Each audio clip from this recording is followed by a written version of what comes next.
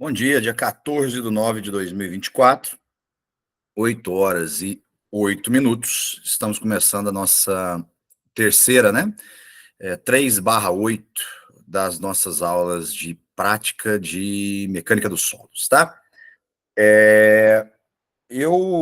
Por conta do comprimento das aulas, eu vou, ao contrário da aula passada, em que eu fiz uma abertura bem maior, né? A gente gastou uma aula, eu gastei uma aula, né? Fazendo a abertura, a introdução.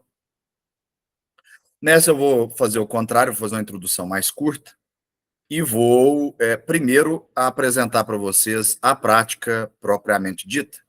Depois, é claro, nós podemos discutir, ver com o nosso colega, eu acho que é André, né? Você me desculpe, minha memória tem me falhado muito.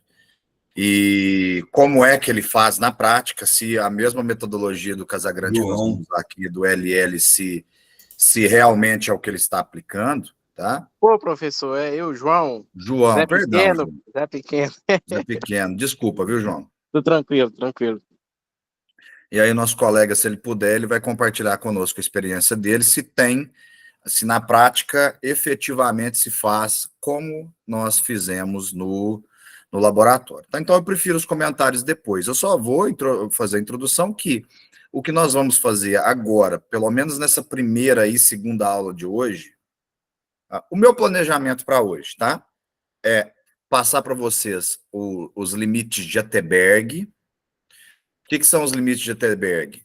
São dois limites laterais em que, se o solo estiver contido dentro desses limites, bolinha fechada, tá? Quer dizer, bolinha aberta. Quando bolinha aberta ou bolinha fechada, Heather? Quando o valor participa. Fechada. Fechado. Então, bolinha fechada.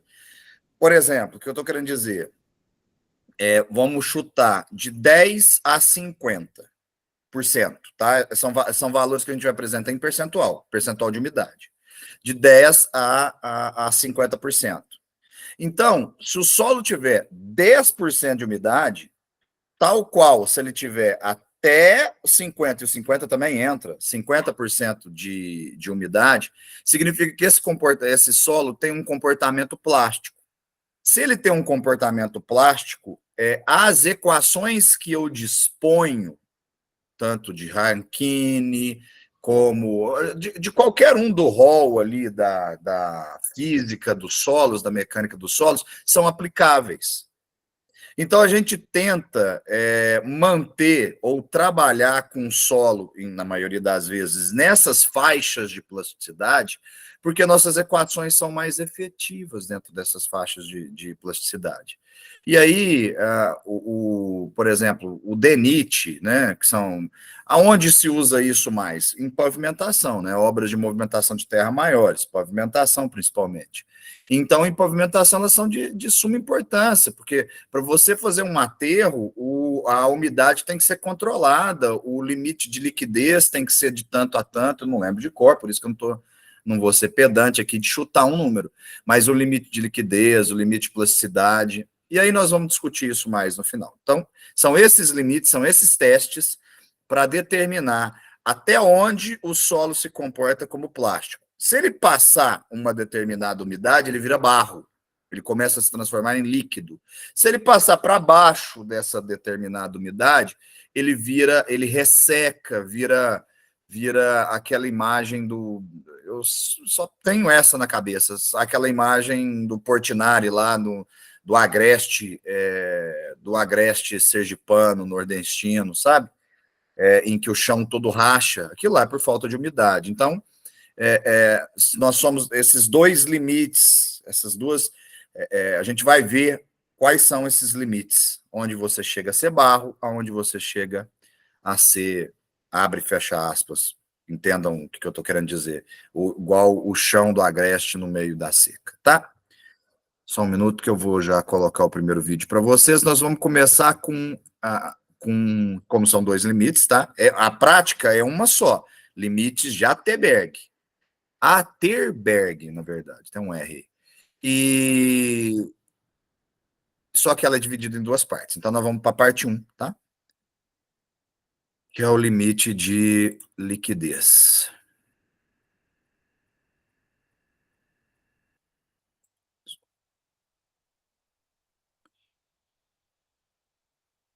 Que drive que eu tô? Tô no drive errado? Não.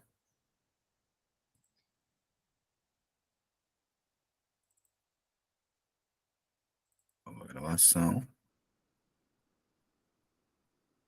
Abre aí, filho. Nos limites de liquidez.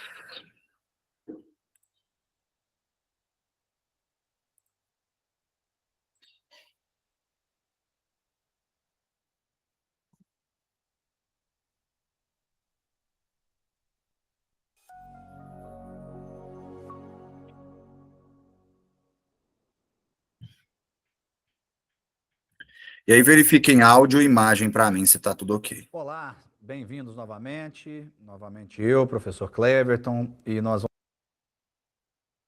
Eu sei que travou porque eu joguei para a tela cheia, e aí ele sempre dá essa seguir aqui nas travadinha na nossas tela cheia. práticas de mecânica dos solos. E essa Volta aí.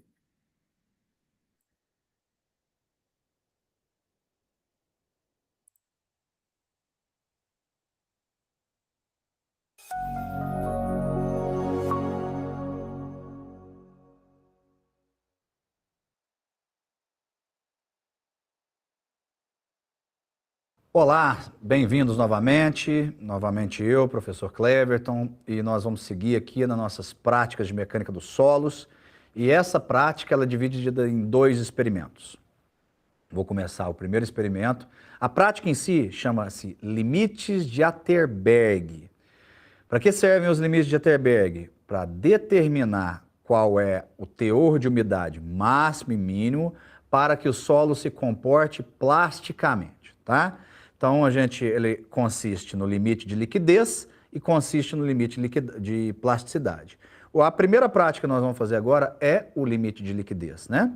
Ou seja, o teor de umidade, o qual, se a gente avançar, o solo se comporta como lama ou tende a se comportar como líquido, tá? Se liquefaz.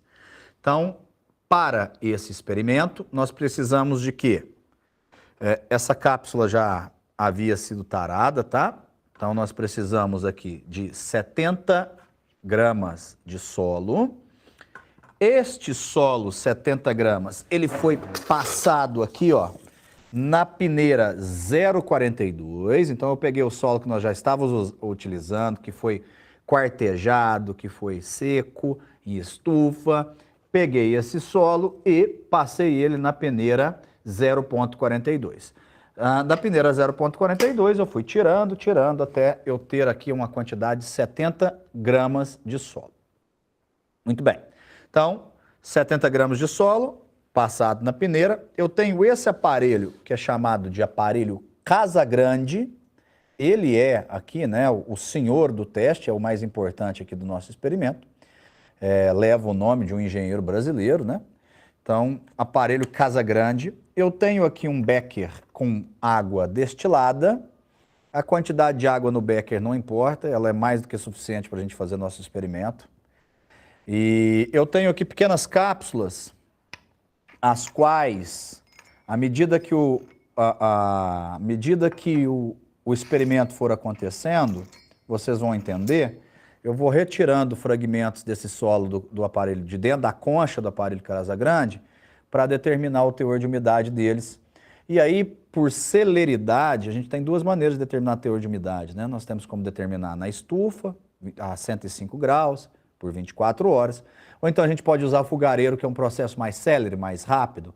Então, a favor da celeridade, neste caso, nós vamos usar a estufa, tá? Então, o solo está seco, ou deveria estar seco na estufa, é óbvio, né? Eu falei na última prática, mas é óbvio que ele absorve a umidade do ambiente.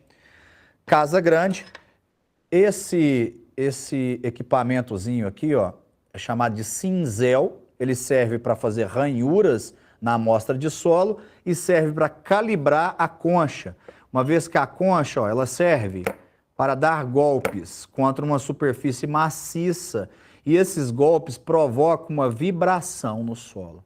E essa vibração é que vai fazer com que o solo que eu vou promover uma abertura nele, uma evaginação, que essa abertura se feche, tá? É através da vibração. E a altura do golpe da concha tem que ser calibrada por este cilindro aqui, ó, na ponta do cinzel, tá? Então, se você ver, ó, o cinzel está na altura máxima de queda, encaixa exatamente a concha aqui, ó. Pode ver que a manilha ficou leve. Então, é isso que está acontecendo, tá? Também é necessário uma seringa para eu medir a quantidade de ml, né? Uma vez que o Becker aqui, ele tem uma quantidade a mais. Eu não sei se eu falei, mas lembrando que eu tenho água destilada, tá?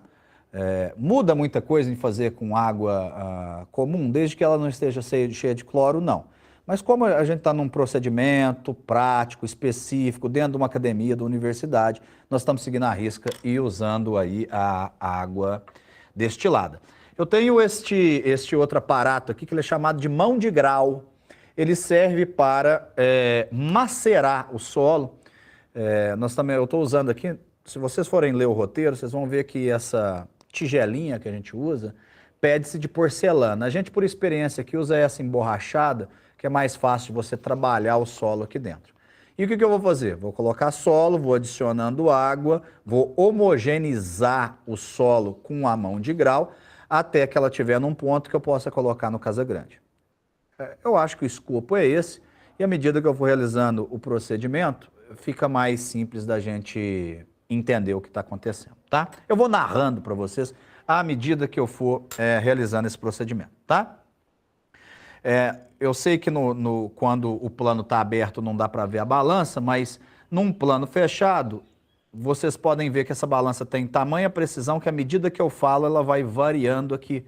Mas essa variação é porque eu estou aqui conversando perto dela. Se ela estivesse dentro de uma cúpula, ela estaria mantendo os 70 gramas de solo. Beleza? Então vamos lá. Vou passar esses 70 gramas de solo para a minha...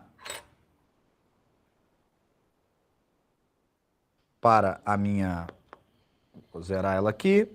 Para a minha vasilha, meu recipiente.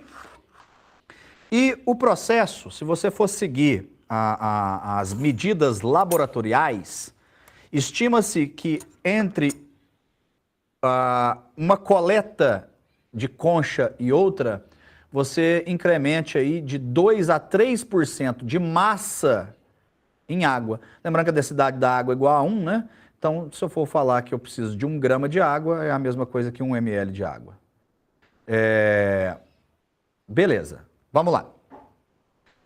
Como eu tenho aqui 70 gramas, eu sei que por o solo está muito seco, se eu colocar 3%, 3 vezes 7, 21, vai dar 2,1 ml de água, esse teste não vai chegar onde eu quero. Então, apenas da primeira vez, eu vou acrescentar um pouco mais de água na nossa quantidade de solo. Então, vou colocar aqui, vou começar com 5 ml para que não desande. E se for necessitando, eu vou aumentando. Então, para isso da seringa, né? Eu tenho aqui 5 ml. Vou colocar os 5 ml aqui na nossa cápsula e vou mexer. Assim que eu homogeneizar, eu mostro para vocês como é que ele vai ficar. Ó, ele estava muito seco, né? Então, foi pouca quantidade.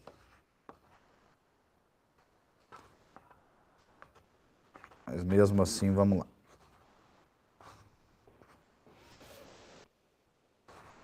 Enquanto eu vou mexendo, eu vou falando, o objetivo dessa prática é determinar o teor de umidade referente a um fechamento da nossa cava aqui para 25 golpes.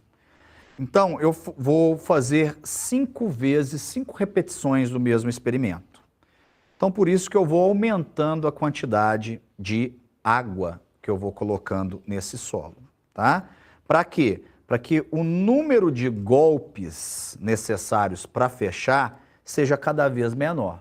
Então, o ideal é que eu comece lá perto dos 40 golpes para fechar, vá diminuindo 30, 20, 10, e aí depois, por um processo de interpolação linear mesmo, eu consigo determinar qual o teor de umidade para 25 golpes. Vocês vão entender melhor quando a gente fizer. Eu ainda acho que ele está muito seco. Consegue dar um close, por favor? Ainda acho que ele está muito seco. Então, portanto, eu vou inserir aqui mais 2 ml de água, tá? 2 ml de água. Da onde eu estou tirando esse valor de 2 ml? Prática mesmo. De ver a textura do solo e ver como ele está se comportando. Não se preocupe com essa quantidade de água. Saiba apenas que o recomendado depois do primeiro experimento é que você acrescente de 2 a 3% de massa em quantidade de água. Agora sim, ele já começou a dar uma pega e começou a formar aqui uma espécie de barro, né? Começou a ter coesão. No efeito químico que faz com que o solo grude desse jeito é chamado de coesão. Beleza. Misturou-se. Agora nós vamos colocar esse carinha aqui no nosso aparelho Casagrande. Cadê o que eu preciso para o Casagrande? Aqui, minha espátula. Obrigado. Então, com a espátula, eu vou chegar mais para trás aqui para me facilitar a minha vida.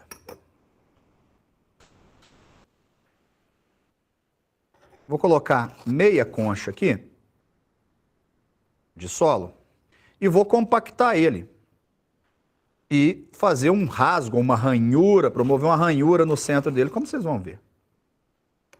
Aí nas próximas vezes eu não preciso ficar narrando assim tão detalhadamente o que está acontecendo, né?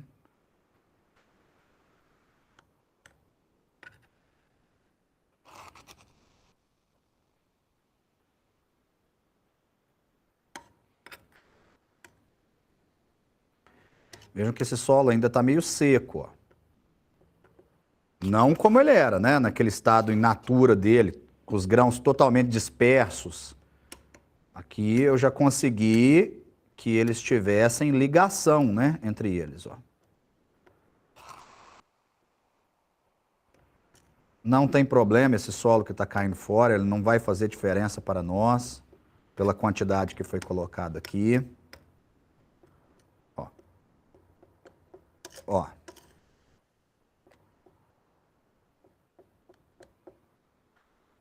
Pronto. Agora eu venho para o cinzel e abro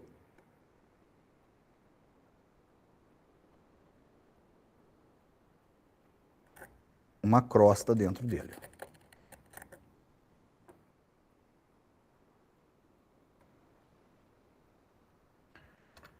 E ainda termino de fazer uma ranhura. Isso daqui não vai ser possível de vocês observarem. Por conta do close, do fechamento da câmera. Mas eu tenho que fazer uma ranhura de tal modo que eu, daqui de perto, veja o fundo, que eu veja o fundo da concha. E eu vou agora começar a contar o número de golpes que são necessários para que esse solo comece a fechar, tá? Para que feche essas ranhuras. Vamos ver se esse teste vai ser válido, né? Se ele estará maior de 10 ou menor do que 40 golpes para fechamento. Então vamos lá. 1, 2, 3, 4, 5, 6, 7, 9, 10, 11, 12, 13, 14, 15, 16, 17, 18, 19, 20, 21, 22, 23, 24.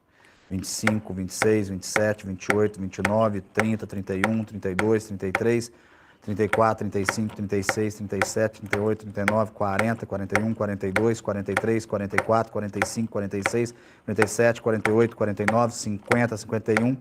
Já passou. Preciso de mais água. Então, só me provou aqui que a quantidade de água que eu preciso é maior do que a que eu tenho aqui. Então, o que eu vou fazer? Eu vou voltar isso daqui, essa quantidade de solo para cá e vou adicionar mais água.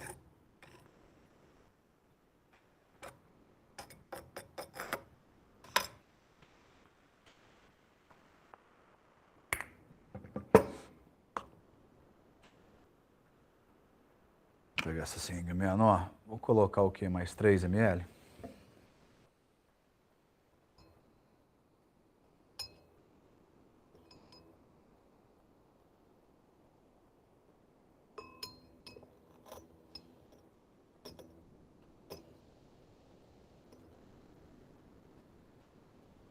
Mais 3 ml de água, tá? Dividir ali bem onde o solo está mais seco. E vamos lá.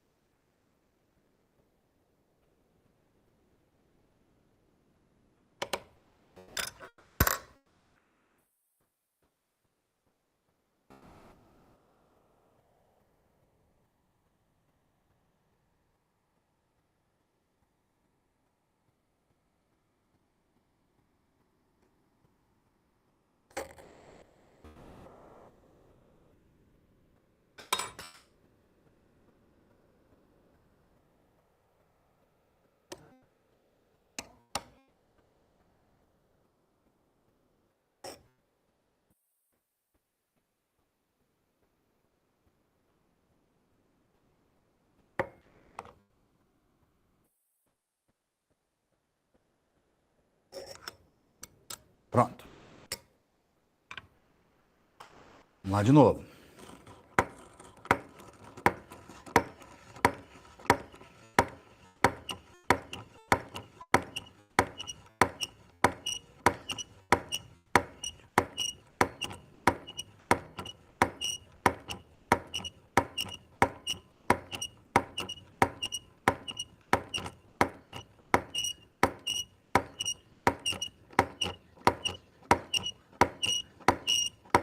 Tem 43 golpes. Eu não sei se é possível ver. Ó, ele fechou lá no meio. Deslizou, digamos assim, né? E bem no lugar onde ele fechou, eu vou tirar agora, vamos anotar primeiramente, 43 golpes. Vou tirar uma quantidade de solo, cápsula 1 DLL, vou tarar ela primeiro. E vou tirar uma quantidade de solo para determinar quanto de umidade aqui em percentual eu tenho. Qual é o teor de umidade que está nessa amostra. Então, primeiro eu vou tarar, assim que eu tarar eu coloco a quantidade ali naquela primeira cápsula para levar para o fogareiro e secá-la. Só um minuto que essa balança ela é realmente demorada.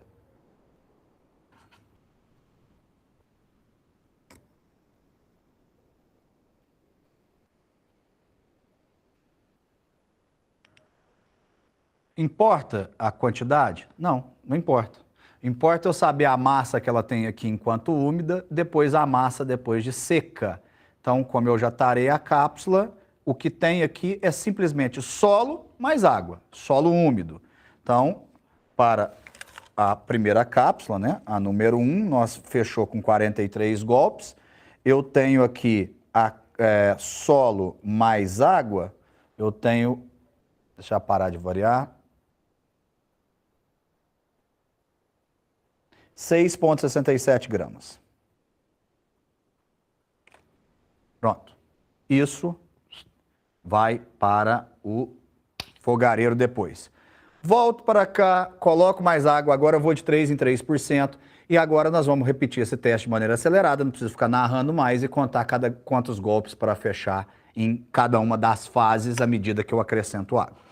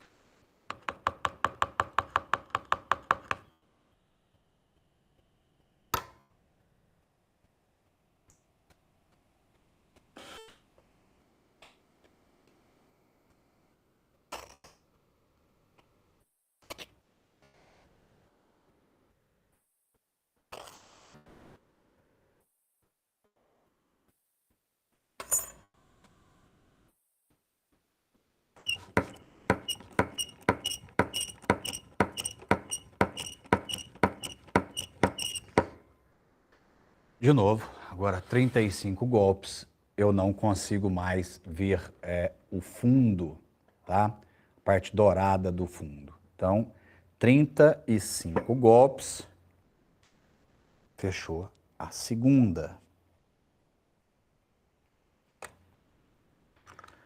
Cápsula 2, 2, 2, 2, 2, 2.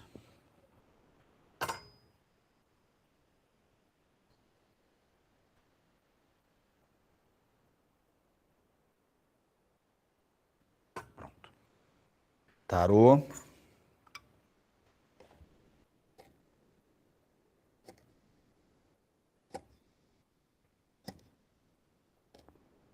Bem no ponto que fechou, eu vou tirar um pouquinho para fazer o teste de umidade.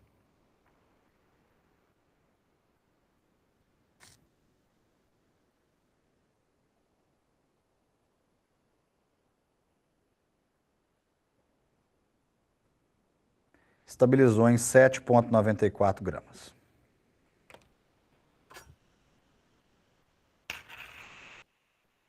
Repete-se o processo.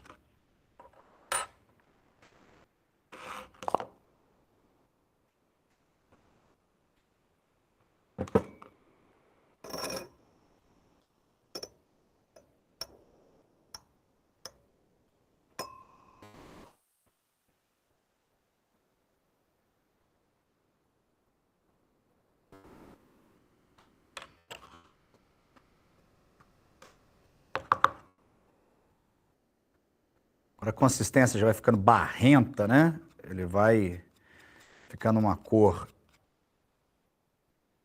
bem mais amarronzada, um marrom mais claro, tendendo a um marrom mais claro, ficando uma cor de barro.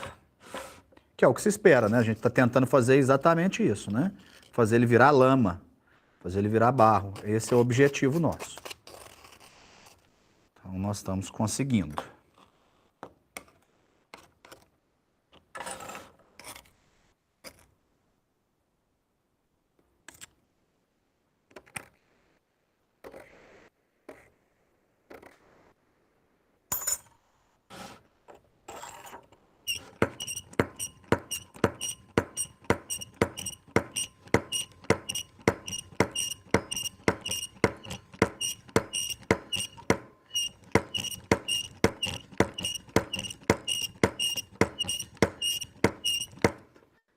Trinta golpes, ó, é o que aconteceu com ele. Agora ele fechou mais aqui na frente, né? Deixa eu marcar. Aqui, ó, 30 golpes. Olha o que aconteceu com ele. Fechou aqui na frente. Então, vamos de novo. Esse é o 3.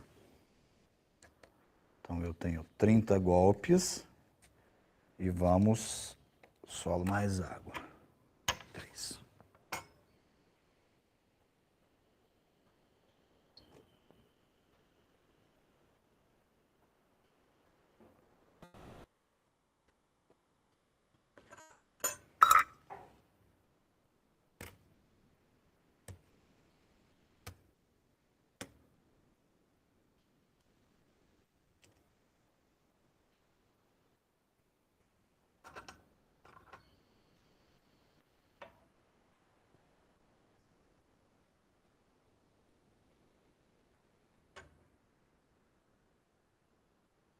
5,88 gramas.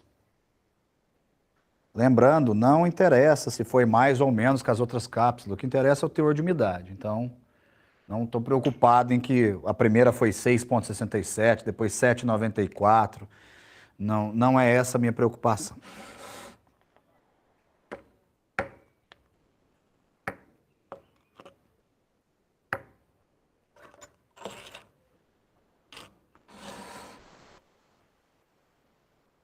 Mais 2 ml.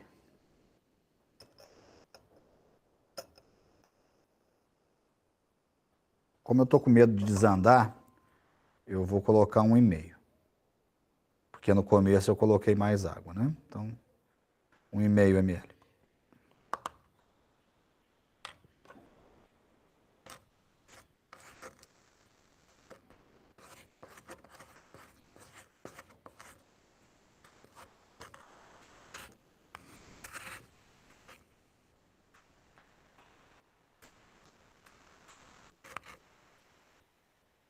É possível mostrar a consistência? Olha o jeito que ele está ficando já. Todo barroso, né? Então, é isso aqui que está acontecendo quando eu estou colocando mais água. Então, vamos lá. Vamos mais uma vez fechar aqui o Casagrande, encher a concha e ver como que ele vai se comportar. Já deu para perceber, né, que quanto mais água, a tendência é fechar com menos golpes, né? E isso está se provando aqui na nossa prática. E esse é o objetivo da prática, né? Provar o que a gente fala lá na teoria.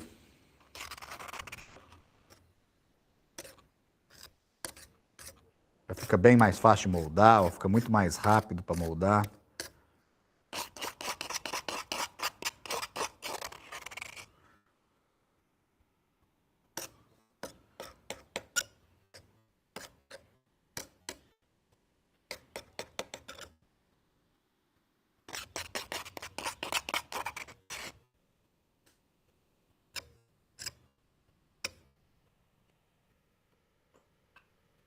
Eu passo esse último equipamento, esse último cinzel aqui, é para limpar o fundo mesmo, para conseguir enxergar o dourado da concha, né? Que aí fica até mais fácil de observar o fechamento. Ele fica com espaço e a gente observa. Então vamos lá.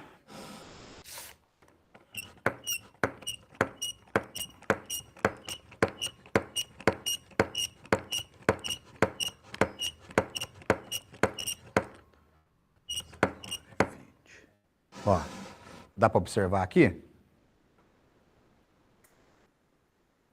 Eu parei com 18, fiquei com medo de ter fechado, mas tive certeza, ó. Entre essas duas marcas, ele fechou. Então, paramos com 20 golpes. Então, 4 deu 20 golpes. 4.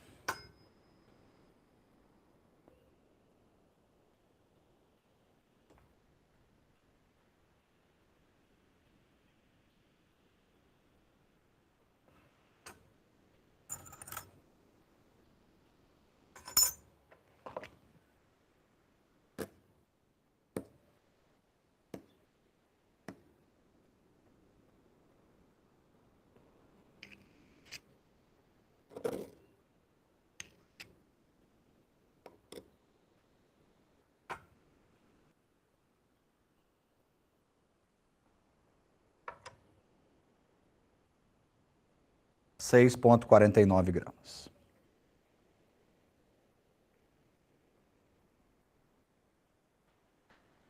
Aí, à medida que eu falo, vai variando, né? Mas 6,49. Pronto. O último ponto dos 5, voltar e agora colocar mais 2 ml de água.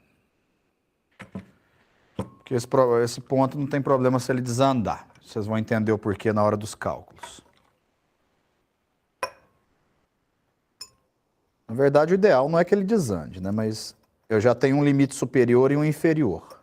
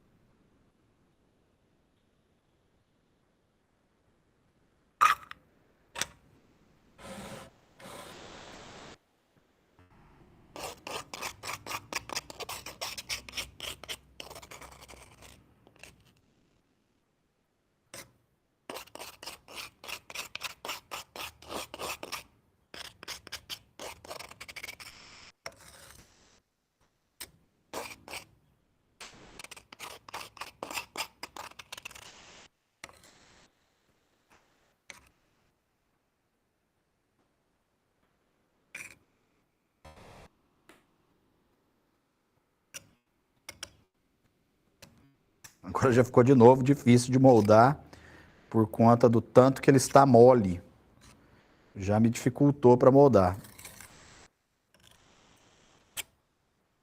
Antes estava fácil, rápido. Agora já não tanto assim.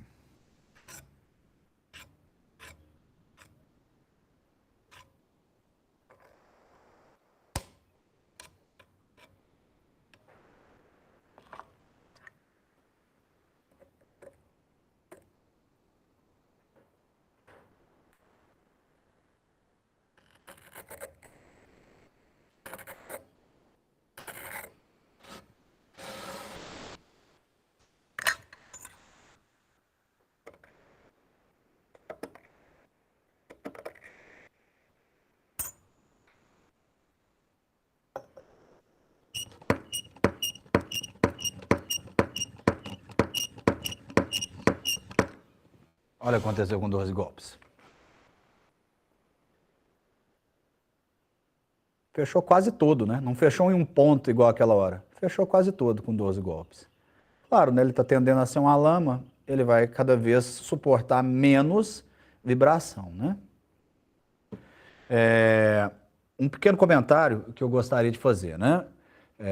Nós aqui utilizamos 70 gramas de solo para fazer esse ensaio. Em muitos laboratórios, eles enchem a colher, a concha toda, né? Usando o triplo. E aí, isso há alguma alteração no teste, no ensaio? Não. Em obras de terra, eu não sei especificamente qual vai ser a matéria, agora está havendo uma união de grades aí, né, de currículos, mas o colapso da estrutura de solo por encharcamento, ele tem a ver com a altura da camada, não com o comprimento. Então, quais são as variáveis que implicam aqui no fechamento? É a espessura da camada que está fechando, certo? E a altura da concha para dar o golpe. Por isso que eu não me preocupei em monitorar se estava exatamente na metade, se estava um pouquinho para lá, um pouquinho para cá. Mas sim sempre delimitar a altura em função da concha. Aí eu sei que eu estava trabalhando sempre com a mesma altura, tá certo? Uma vez que o deslizamento depende, se vocês forem estudar pelo método dos taludes infinitos, pelo método de Kuhlmann ou pela teoria do empuxo Terzagh, tudo varia em função da altura e da vibração. Bom, então, nossa quinta vez, nossa quinta experimentação, nós fechamos aqui com 12 golpes e, como é de praxe, vamos tarar aqui a cápsula e determinar o teor de umidade deste cara também. Uma vez que você, enquanto aluno, enquanto ela tara aqui, você já pode ir pensando, né? O que tem que acontecer com o teor de umidade? O teor de umidade da primeira tentativa, né? Da primeira vez que nós rodamos o experimento, para a quinta vez que rodou o experimento, o teor de umidade ele tende a subir, ele vai aumentar ou vai diminuir, né? Então, é algo assim que vocês já devem estar aí na cabeça de vocês confabulando. Zerou. Vamos lá. Fechou em quase todos os lugares, aqui fica fácil tirar, não tem um ponto específico.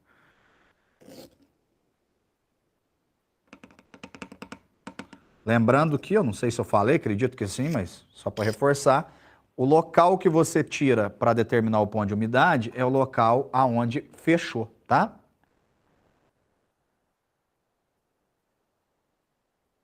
10,47 gramas.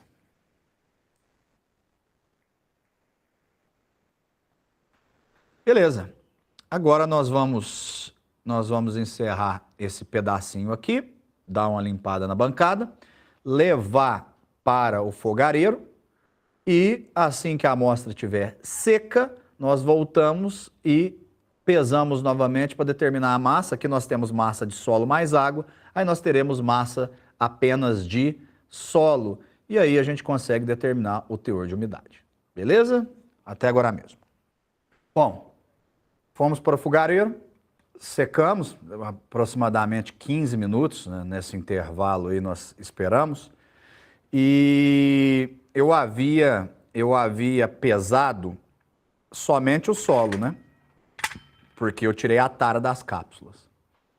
Então, como eu não considerei as cápsulas, eu vou precisar de uma cápsula auxiliar. Se eu tivesse pesado solo mais cápsula, mais solo, mais água, ou seja, cápsula mais solo úmido, eu poderia simplesmente voltar cada uma das cápsulas para a balança e tirar a medição. Como eu não pesei as cápsulas, simplesmente solo mais água, eu vou precisar de uma cápsula auxiliar, certo? Vou tarar essa cápsula auxiliar para que eu tenha simplesmente a massa do solo. E agora, massa do solo sem água. Então eu vou ter simplesmente solo e aí a gente vai poder determinar o teor de umidade. Esperar ela tarar.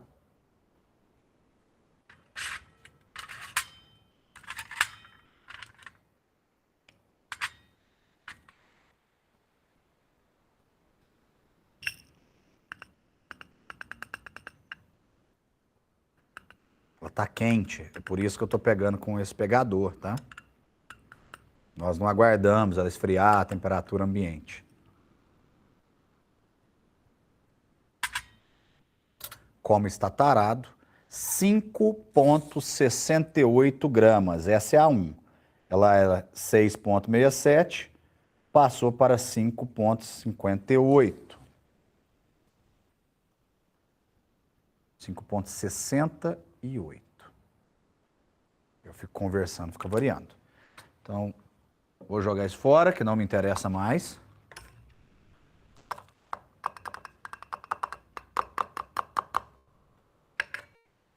Vou para 2.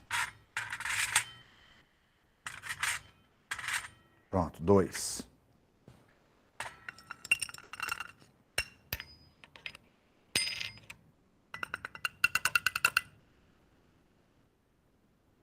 Não preciso tarar de novo, é a mesma cápsula, né? 6,7. 6,7 gramas.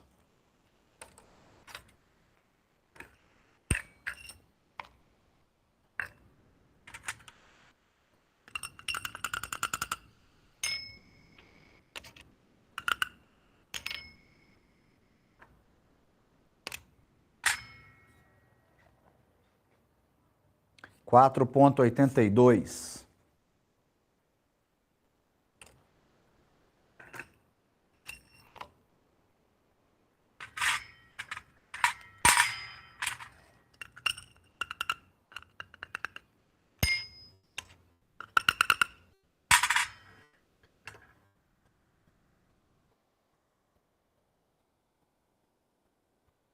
Cinco ponto 17.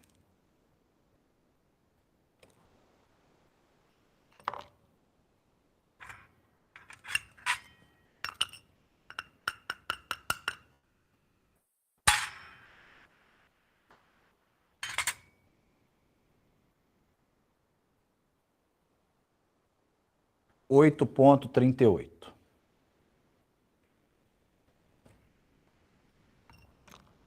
Bem, com isso, nós encerramos a parte prática mesmo e agora fica só a parte dos cálculos, né? Onde eu devo determinar o teor de umidade de cada uma dessas amostras. Lembrando que o teor de umidade, a equação do teor de umidade é igual a massa seca dividido pela massa total, ou seja, massa de água mais massa de solo, né? Segunda pesagem dividida pela primeira pesagem. Já simplifiquei a vida para todos. E o resultado disso multiplicado por 100. Então, a gente vai ter aí um teor de umidade em percentual. O que me interessa é o teor de umidade, que nós não conhecemos, referente a 25 golpes. E aí vocês vão me dizer, mas não houve 25 golpes. E assim, raramente há, né? O que nós tivemos foi 43, 35, 30, 20 e 12. Então, o que eu vou fazer? Eu vou pegar o teor de umidade do terceiro teste em que fechou com 30 golpes. Vou pegar o teor de umidade do quarto teste que fechou com 20 golpes. E eu vou ter um limite superior e inferior. Se eu tenho dois limites e quero determinar um valor intermediário a eles, crendo que nós estamos tratando de uma equação linear, eu posso fazer uma interpolação linear. Para essa interpolação, eu determino x, que é o valor da umidade, que referia-se na estimativa a 25 golpes. Tá certo? Esse é o valor do LL, ou limite de liquidez. Tá certo? Para continuar os limites de Atterberg, lembra que eu falei que era um limite superior e um inferior, né? Nós fizemos o LL, agora nós precisamos do LP. LL é o valor do qual a umidade que faz com que o solo comporte-se como líquido. E agora, qual que é o valor limite ou inicial que faz com que o solo comporte-se como rígido, né, quebradiço? A gente determina através do LP, limite de plasticidade. Vamos arrumar a bancada aqui e vamos passar para o ensaio do LP.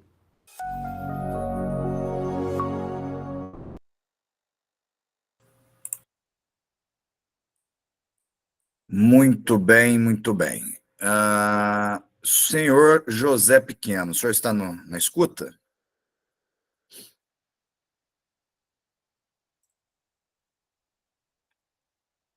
João, você está na escuta? Deve ter tido... Oi, professor, beleza? Abriu o microfone. É porque eu estou batendo uma compactação aqui, estou fazendo um estudo aqui de solo Não, clássico. depois você volta. Mas você conseguiu acompanhar o ensaio do LL? Consegui um pouquinho, porque eu estou batendo, mexendo, homogeneizando aqui e batendo. Mas eu acompanhei, assim, o primeiro ponto. E é exatamente igual vocês fazem? Não, é totalmente... o processo é o mesmo, mas tem coisinhas e regras que eu puxo muito pela norma. É igual, eu prestei muita atenção aí em relação à sua coleta. Sua coleta na norma, ela fala que tem que ser transversalmente. Que é na norma, se eu não me engano, é a 122/94, de limite de Usei a liquidez norma de do DENIT. plasticidade. Isso, do DENIT. E ela fala que na norma, pela coleta dela, ela tem que ser transversalmente, entendeu? Não que seu jeito tá errado, porque limite... Mas também foi cada região transversal. A faz uma... evaginação foi na horizontal, o corte foi transversal. Isso, sim, mas é transversal de ponta a ponta, entendeu? Ela é transversal de ponta a ponta. Bom, Tudo bem. Quer mais alguma sim. consideração? Não. No caso, é isso mesmo. Mas nós pegamos aqui, é totalmente diferente também, entendeu? Aqui nós fazemos os 5 pontos também, tecnicamente. Só que nós pegamos aqui aqui tem uma determinação de números de golpes, entendeu? Tipo Você assim, força o número de golpes? isso. É tipo uma margem de correção, entendeu? É tipo assim, nós pegamos o primeiro golpe tanto com 52 golpes, tanto com 42. Aí a máxima é 52, a mínima é 42. O segundo ponto é de 42 a 38, o terceiro de 32 a 28, o quarto de 22 a 18 e o quinto de 12 a 10, certo? Aí é isso aí, nós pegamos aí, eu que não posso... Você está forçando o LL ficar no ponto intermediário, 2 para cima e 2 para baixo. Isso. Aí nós olhamos aí gráfico, tudo aí certinho. Tentamos pegar esses 3 pontos, né, que é o mínimo que você tem que pegar. Fechou. Mas, tipo assim, limite, eu passei 1 ano fazendo limite aqui na obra da 135 aqui. Eu era o limiteiro aqui da obra. E é o seguinte, cada região já passou por diversos engenheiros, laboratoristas aqui, falando que cada um tem um método, uma metodologia diferente de fazer limite. Igual eu falei, na norma fala transversalmente, mas tem gente que pega só no meio, só na ponta, entendeu? Mas o resultado é o mesmo. A amostra aí, limite mesmo, é só para, igual você falou mesmo, para olhar a determinação do solo aí dele ser plástico, né? Tanto que ele recebe a... pera aí, só um minuto. Vou assumir daqui, à vontade. Muito obrigado. Pessoal, eu consultei para esse ensaio... Espera aí, só um minuto, para todo mundo. Eu consultei para esse ensaio a IPR 719, vou repetir, IPR 719, que é o Manual de Pavimentação do DENIT, tá? Como é um ensaio muito característico para pavimentação, né? Por isso que eu não vou também me ater muito a eles, porque o pessoal da arquitetura, por mais que eles vejam urbanismo, né? Por mais que eles tenham que saber a determinação de tráfego, movimento, ciclo, densidade, mas essa parte estrutural nem tanto. Então, por isso que, por conta de respeito aos colegas da arquitetura, eu vou ser mais breve. Mas quem quiser consultar, está lá na IPR 719, é só ir dando Ctrl F, liquidez, escreve liquidez, vai dando Ctrl F, vocês vão ver a explicação sobre o índice de plasticidade, o limite de liquidez. Mas algo que chama muita atenção, e aí de maneira geral, o que é importante vocês saberem é o seguinte: quanto maior for o limite de liquidez, portanto, maior será o índice de plasticidade, e essas equações vocês viram aí. Vocês já devem estar respondendo a CQFs, na verdade, na matéria prática, a respeito de LLLP. Já deve ter caído alguma coisa, índice de plasticidade, fazer classificação. Teve uns 2 alunos que me perguntaram, não tira dúvidas a respeito disso. Então, vocês já viram. Mas, então, vocês viram que é proporcional. O índice de plasticidade é igual ao LL menos LP, limite de liquidez menos limite de plasticidade, que nós vamos ver na próxima aula, na hora que a gente virar a sala. Desculpe. Quanto maior ele for, maior é a compressibilidade desse solo, maior é o grau de argila desse solo. Então, a gente consegue fazer algumas inferições mesmo, a gente consegue fazer algumas afirmações. Maior o LL, mais compressível. Compressibilidade é uma característica física que é a relação entre a carga aplicada e a variação no índice de vazios. Já falamos sobre o índice de vazios. Então, o primeiro recalque que existe numa fundação, que é totalmente esperado, é aquele recalque quando o material, o solo, passa de pré-adensado para normalmente adensado. O que eu estou querendo dizer?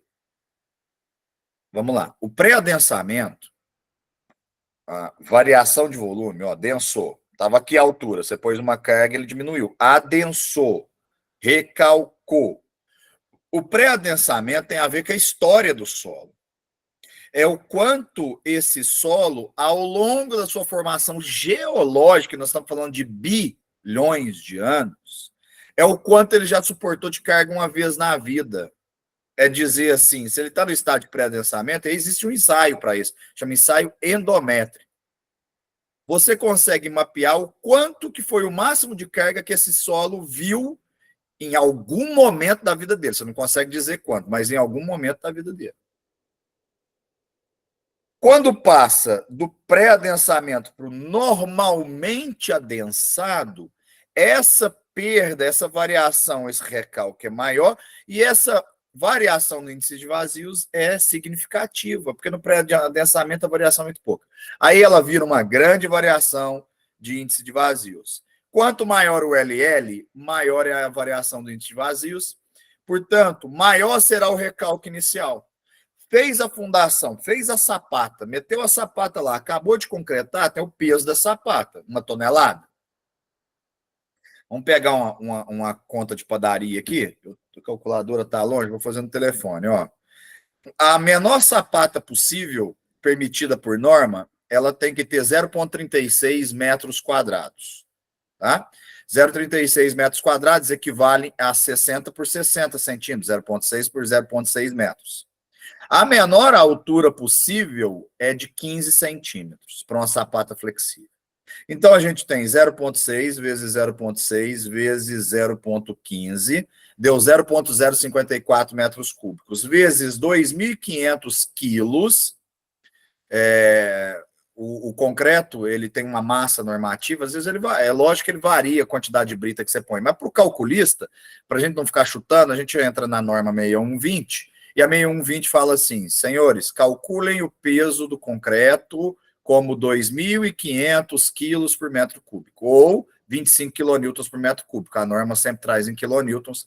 Eu estou fazendo a conversão para KGF, porque é uma unidade fácil de enxergar. Quilo é fácil de enxergar, unidade de massa, não é vetorial, né? Então, por quê? Por que eu estou fazendo esse crime de transformar um vetor em um escalar? É porque, assim, KGF numericamente igual a quilo. Então, se eu transformo em KGF, eu enxergo em quilo, tá? Então, fazendo essa conta, deu 135 quilos. É o vetor. 25 KGF. Ali acoplado naquela sapatinha. Só o peso da sapata. Aí você vem e coloca a baldrame passando por cima dessa sapata, começa a subir os tijolos. Se você tiver um segundo, aí sobe o pilar. Se você tiver um segundo pavimento, vem a carga do pilar de cima, a carga da viga de cima, que suporta os tijolos de cima, que suporta a laje. Isso tudo vai descarregar na fundação. Então, essas primeiras cargas que são chamadas de cargas permanentes, por que elas são cargas permanentes, gente? Porque, por mais que você possa abrir uma parede, vamos pensar numa fundação. Sapata, vocês estão me vendo. Solo, sapata. Em cima da sapata passa o baldrame. Em cima do baldrame sobem as paredes. No meio sobe um pilar. Em cima desse pilar vem outro conjunto de viga e recebe a laje. Aí sobe mais pilar, sobe mais alvenaria. Por mais que você considere que você pode retirar essa alvenaria e abrir um buraco, por mais que você considere que você pode romper essa laje e abrir um espaço, as cargas permanentes variam, mas normalmente elas variam em pequenas intensidades. Então, por isso que são chamadas de cargas permanentes. Então, para vocês entenderem essa explicação, vocês têm que entenderem que existem dois tipos de carregamento no qual o calculista tem que considerar. Chamados cargas permanentes e chamadas cargas variáveis ou acidentais.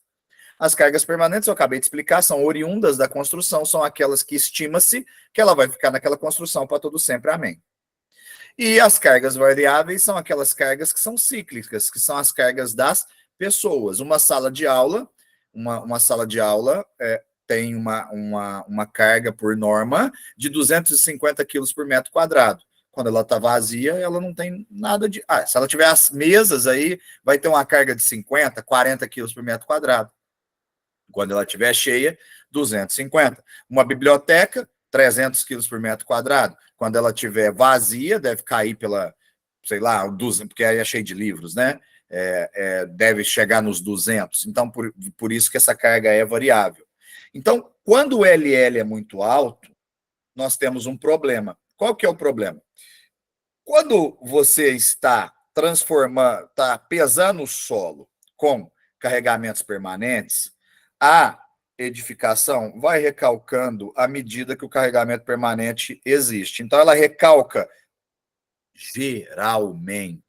geralmente, ela recalca de forma igual para todas as fundações.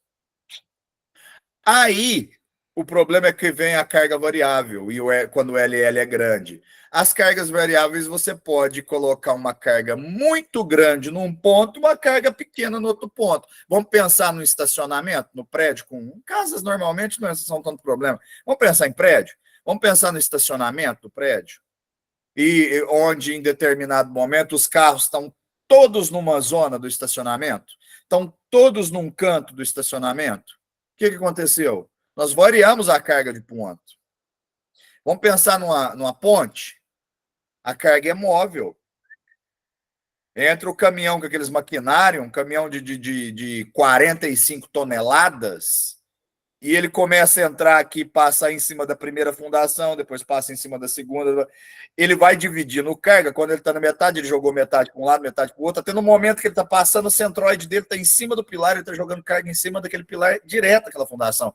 Então você tem essas variações. Por isso que ponte, normalmente, você tem as dilatações juntas de dilatação térmica e juntas para trabalho também, para eles trabalharem de maneiras diferentes. E aí, quando você tem um LL muito alto, você está submetido a essas grandes variações de índice de vazio, portanto, alguns recalques desfreados ou descontrolados. Sim, Kênia, diga.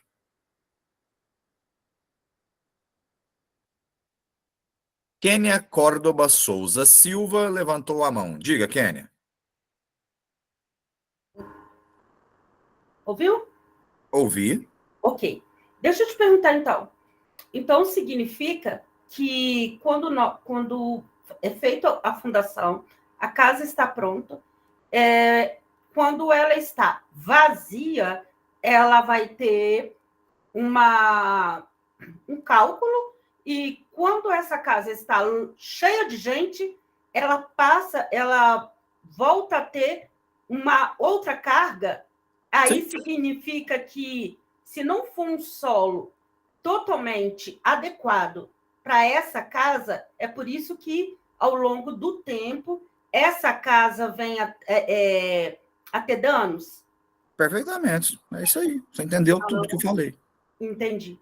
Entendeu? Obrigada. Existe um ciclo. O que você tem que entender é o seguinte: pequenas casas, em pequenas casas, não estou julgando o metro quadrado, não.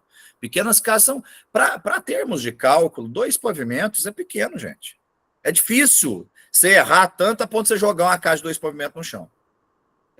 Para pequenas cargas e casas residenciais, essa variação é pouca. Eu diria para você que na hora que a casa estiver lotada, Kenny, na hora que estiver lotada, todos os móveis, a família no Natal, vamos pensar, a família reunida no Natal na sua casa, quando ela estiver lotada, então, de carga cíclica, ela está absorvendo o maior possível de carga de pessoas e móveis, e o maior, e claro, o peso permanente.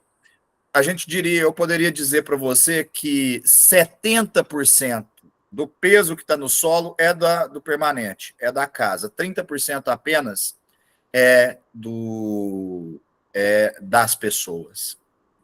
Enquanto num prédio que tem garagem, aí a conversa muda. Nós podemos chegar aí até 50-50.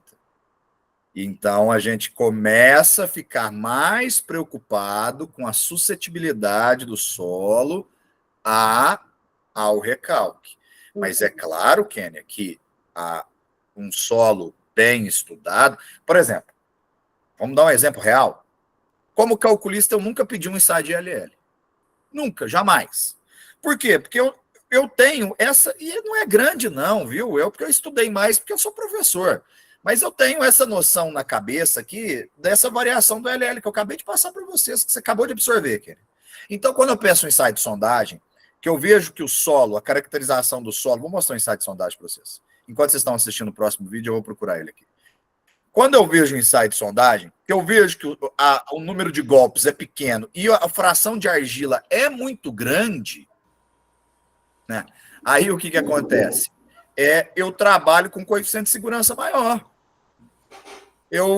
Aí eu venho a dirimir esse tipo de problema trabalhando com coeficiente de segurança maior.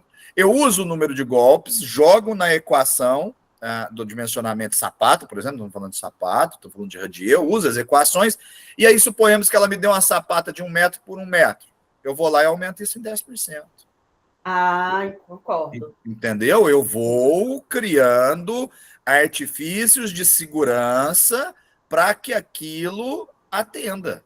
Para mais, né? Para mais, sempre. Sempre. Sempre para Entendi. mais. Sempre para mais. Obrigada, professor. Por nada. Johnny. Professor, fora outra coisa, né, professor? Desculpa. Pode falar, Johnny. Professor, Diga. tá me ouvindo? Sim, claro. Tem uma dúvida. Um exemplo, eu tenho um lote, vou iniciar a fundação, né, marcar os piquetes, iniciar a fundação de uma casa. O que acontece? Aí, em determinado ponto do lote, o terreno está firme e tudo, só que um exemplo, às vezes mais no meio ou no fundo do lote, está um terreno foi aterrado, vou ter que buscar uma sapata mais funda para pegar o terreno firme. No caso, um exemplo, se na parte do lote que foi o terreno firme, eu buscar sapata num determinado nível de profundidade, no terreno que sofreu aterro, vou buscar ela mais funda. Então, geralmente, por exemplo, as sapatas vão ficar níveis diferentes. Isso vai influenciar nesse recalque da estrutura? Se você achar ó, a sua sapata, a primeira tá aqui, a segunda tá aqui. Aí a gente faz aquele negócio chamado pescoço. Gente, para quem não conhece, a baldrame está nesse nível. Tem sapata que vai estar imediatamente embaixo da baldrame. O Johnny deu um exemplo perfeito. Agora aqui no fundo foi feito um aterro. Imagina que o terreno do Johnny é assim, ó. Então, aqui na frente ele colocou as sapatas no solo original. No fundo ele aterrou, então o que ele fez? Botou a sapata no solo original e fez um pescoço. O pescoço é o que liga a sapata, é um pilar enterrado para chegar no nível da baldrame, porque a baldrame não pode ficar inclinada, ela tem que ser plana, perfeitamente horizontal. Ponto. Estou só contextualizando, nem respondi o Johnny ainda, só estou contextualizando o que o Johnny falou. Johnny, como você está colocando no terreno original, estima-se que o comportamento vai ser o mesmo, porque você pisou no mesmo solo. O perigo mora, e aí de novo eu vou repetir, gente, entendam cargas grandes e cargas pequenas. O perigo mora em você fazer todas as sapatas no mesmo nível e a sapata no aterro. Aí as sapatas no aterro, se você quiser que ela se comporte parecido com as outras sapatas, o dimensionamento delas tem que ser aumentado, o coeficiente de segurança tem que ser aumentado. Não, isso que eu fiquei na dúvida, que fiz recente uma obra aqui, só que no ponto mais, como é que fala? No ponto... De maior aterro. De maior aterro. Aí eu busquei, né? Deu 3 metros, tive que buscar o terreno firme para mim Você fez bem. Você fez bem, você fez muito bem de buscar o terreno firme. Não são todas as vezes que eu optei por isso, Johnny, eu vou te confessar. Quando dava uma profundidade dessa, você sabe o que eu faço? Isso é critério meu, tá? Não estou dizendo que é certo. Aí eu já estou saindo da ciência e estou usando critérios. Meu critério era, se eu tenho aterro num pedaço do terreno, eu não trabalho com sapato, eu trabalho com estaca. Estaca, né? Entendeu? Aí eu passo a trabalhar com estaca e desprezo, uso só 50% do coeficiente de atrito lateral dela enquanto aterro. Entendi. Entendeu? Aí é uma opção para eu dirimir, para minimizar esse tipo de erro, eu trabalho com estaca. Certo? Pela ordem, quem tinha falado depois? Mais um? Já eu libero a palavra para você. Eu acho que era o Renato que tinha entrado. Ô, professor, desculpa, eu nem levantei a mão, não, mas é porque era um comentário a respeito daquela margem de segurança que o senhor deu. Era só um comentário mesmo, que é importante até a gente ter essa margem maior de segurança, porque muitas vezes até na execução lá, os operários ou quem está tocando a obra, né, não respeita muito. Você faz o cálculo lá da sapata lá 60 por 60, o cara vai furar o buraco para fazer a sapata, ele já fura bem justo ali, costuma fechar e tal, daí a pouco a sapata ele está fazendo 48 por 50, e aí com essa margem maior aí a gente acaba... aproveitando, professor, esse negócio de sapata, eu sempre em obra tive o costume de falar lá com o operário para ele fazer o quê? Para ele deixar os cantos ali do buraco ali para receber a fundação sempre perpendicular, né? Seria isso. Com as paredes bem retinhas, né? Porque o pessoal tem costume de deixar vala e tudo com os cantos arredondados.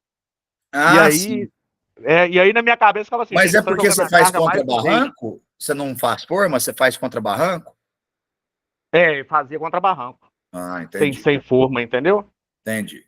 Porque se você está fazendo forma, aí você não precisa sofrer tanto com isso. Mas contra barranco, o buraco tem que ficar belezinha mesmo.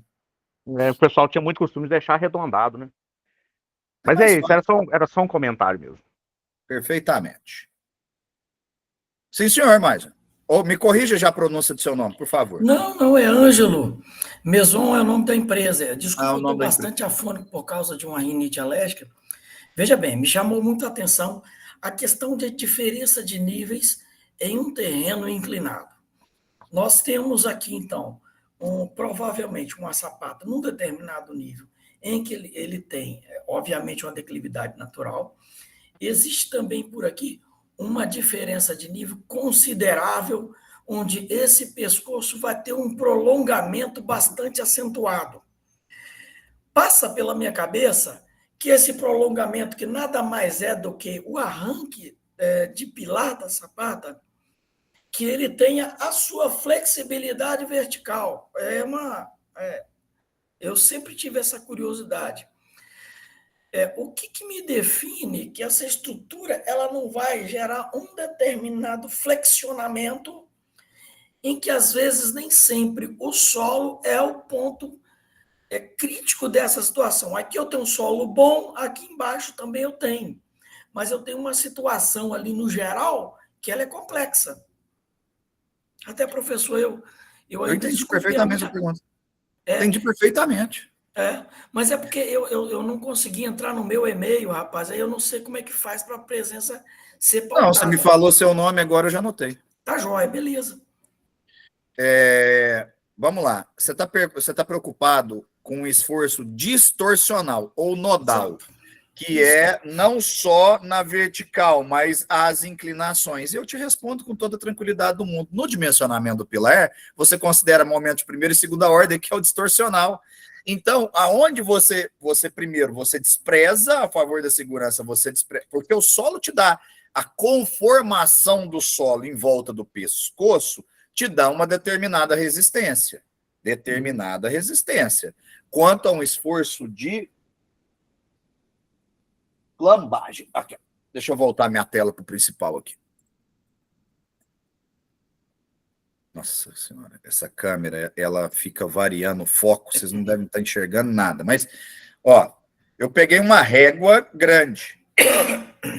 Todo elemento esbelto, que é o caso do pescoço, todo elemento esbelto, no caso desse pescoço alto, você deu o exemplo, Ângelo, de 3 metros, por exemplo. Todo pescoço alto vai se comportar igual pilar. E um elemento esbelto, olha o que acontece. Eu jamais vou conseguir esmagar essa régua. Ela vai flambar primeiro. E a flambagem é parte dessa distorção que você está dizendo. E aí o que a gente faz? A gente adequa no cálculo o elemento para que não haja essa flambagem. E aí, quem que é essa adequação? É o volume de concreto, o tamanho dela, se eu preciso dela de 40 por 40, se eu preciso dela de 30 por 30, se 20 por 20 resolve o meu problema, aí sai no cálculo e na quantidade de ferragem. É ele que segura essas movimentações horizontais. Para você ter ideia, desde os cálculos mais simplificados da norma da NBR 6118, ela fala o seguinte: uma prumada de pilar, então você pode somar todas as prumadas, você tem que considerar um deslocamento nodal, ou seja, uma distorção lateral de pelo menos 1 sobre 200. Se é 1 sobre 200, você multiplica isso pela altura. Então, nós vamos pegar seu exemplo. Se a gente tem um pilar de 3 metros de altura, a gente tem 300 centímetros, correto? Se eu multiplicar isso por 1 sobre 200, 200 avos, 300 dividido por 200, corta 2 zeros, 3 por 2 é 1,5. Então, eu tenho que considerar que esse cara distorceu 1,5 centímetro no meu cálculo. A norma já me obriga, ela não deixa, ela me obriga. Já foi pensado isso, entendeu? Bacana, então, bacana. É só você esquecer que tem terra ali em volta, tá nem aí, não usa contribuição, dimensiona como pilar. Fechou? Joia, muito bom. Eu indaguei anteriormente aqui, eu estou sem voz mesmo, vocês me desculpem. Sem problema, mas está dando para entender perfeitamente. A questão dos coeficientes de segurança, isso toda a vida. A gente lida na construção civil já há algum tempo, mas é muito evasivo para quem executa, para quem calcula. Eu sempre ouvi dizer a questão de, no mínimo, 40% de coeficiente de segurança em determinadas estruturas. Eu já fui desenhista de usina hidrelétrica, para vocês terem ideia, mas lá eles me falaram absurdos, coisas aí na casa de 70%, 80%. Aquela história... A indústria normalmente pede, não está em norma, isso é implícito. Isso é implícito. Né?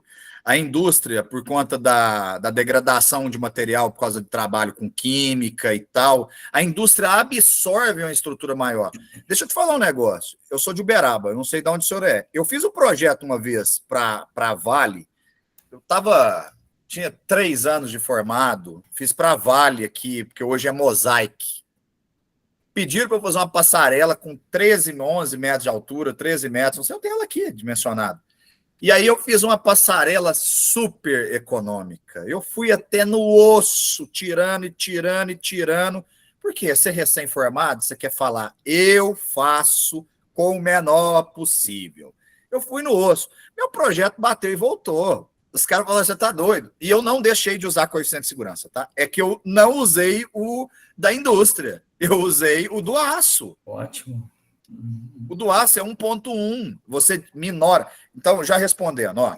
Para concreto armado, as ações, os pesos, você soma tudo e multiplica por 1,4, 40%. Certo? Tanto das pessoas como do peso próprio. Então, você soma acidental, que é a variável, com a permanente e multiplica por 1,4. Você respondeu aquilo lá que você acabou de falar, 40% jogamos, certo? Okay. Na estrutura metálica, a gente pega a acidental e multiplica por 1,5, ou seja, 50% na variável, e pega a permanente e multiplica por 1,25. Então, já é 25%. Aí vai depender da proporção entre acidental e variável para a gente chegar em qual que é o coeficiente de segurança. Porque você concorda comigo? Se for muito maior a permanente, eu estou baixando o coeficiente de segurança, porque ele é 1,25. Se o permanente for 40%, acidental 60%, eu estou subindo o coeficiente de segurança por 1,5. Então, é variável, mas algo também próximo dos 40%. Ótimo. Apesar de eu aplicar, porque vocês vão fazer metálica, vocês vão ver. Apesar de eu aplicar o 25,5, por conta das proporções, eu vou chegar perto dos 40%. Madeira, 40%. Nas ações, estou subindo. Além disso, Ângelo e colegas, você diminui a resistência do elemento. Por exemplo, no concreto armado, veio no projeto estrutural 25 MPa. Na verdade, eu estou calculando para 17, 25 dividido por 1,4. Eu estou calculando para 17,86 só MPa. Eu mando o projeto 25, mas eu não calculo para 25. Então, eu tenho dois coeficientes de segurança. Se você fizer 1,4 ao quadrado, porque eu aumentei a carga e diminuí a resistência. Não calculei. Quer dizer, eu estou aumentando a segurança. 1,4 ao quadrado, eu estou falando de 1,96. Na verdade, uma estrutura é calculada para 2 vezes o que ela... Isso, 2 vezes. Aí a fundação, a NBR 6120 fala, joga um coeficiente de 3. 3 vezes 2, 6. Em alguns momentos eu estou calculando uma fundação para 6 vezes o que ela suportava. É por isso que não cai. Você entendeu por que eu falo que casa pequena não cai? Você pode fazer a cagada que for que não cai? Porque tem coisas assim. Então, no começo, o que eu queria? Porque aí eu já compreendia esse negócio. Eu não jogava 3 vezes o coeficiente de segurança na fundação, porque eu já tinha jogado 2 vezes na estrutura, eu calculava ela no osso. Eu já cheguei a fazer estrutura aqui em Uberaba Gente, me fugiu o nome da empresa. É uma empresa grande que trabalha com asfalto, trabalha com infraestrutura. Tá lá. É uma transposição em cima do córrego das Toldas, que deve ter uns 25 metros, uma transposição de tubulação de esgoto e água de um condomínio Maria, eu acho que é o Maria Isabel, não lembro, eu vou pegar aqui, eu tenho. E aí, o solo lá, extremamente ilameado. Fui lá, calculei para 2 estacas, os caras ficaram assustados que balançou demais os pilares, mas na hora que colocou a estrutura metálica, a treliça, ele travou. Chegou na hora, os caras falaram, olha, Cleverton, me ajuda, eu tenho Nóbrega Pimenta, a construtora. Eu tenho uns postes sobrando aqui, nós não podemos inverter essa fundação para bate-stack e usar poste. Tá lá a fundação, eu peguei poste eu calculei para poste de rua. O cara foi com a máquina e vinha com a pá, ia forçando a pá para baixo e esse poste entrando. Aí depois vinha na mão com a marreta, descendo a marretada para ver se ele dava nega na hora que ele parava de descer. Então eu já fiz esse tipo de doideira de botar poste em lugar de estaca. Tá lá, viu? Tá em pé. Mas depois de mais velho eu parei com isso, porque ninguém dá valor nisso. Ninguém dá valor. Ninguém. Muito bom escutar Você se experiências arrisca dessa natureza, viu? por Muito nada. bom. Agradeço muito. Eu Bacana. expliquei, eu respondi. Nossa, graças a Deus foi além. Foi muito bom mesmo. Valeu, valeu. Deixa eu ver se tem mais pergunta no chat, para a gente mudar de... Parará, o Jair colocou o link que foi pedido. Ô, Zé Luiz, eu acho que... Tenho quase certeza que não é MRV, porque a Nóbrega... Ele... Ixi, travou?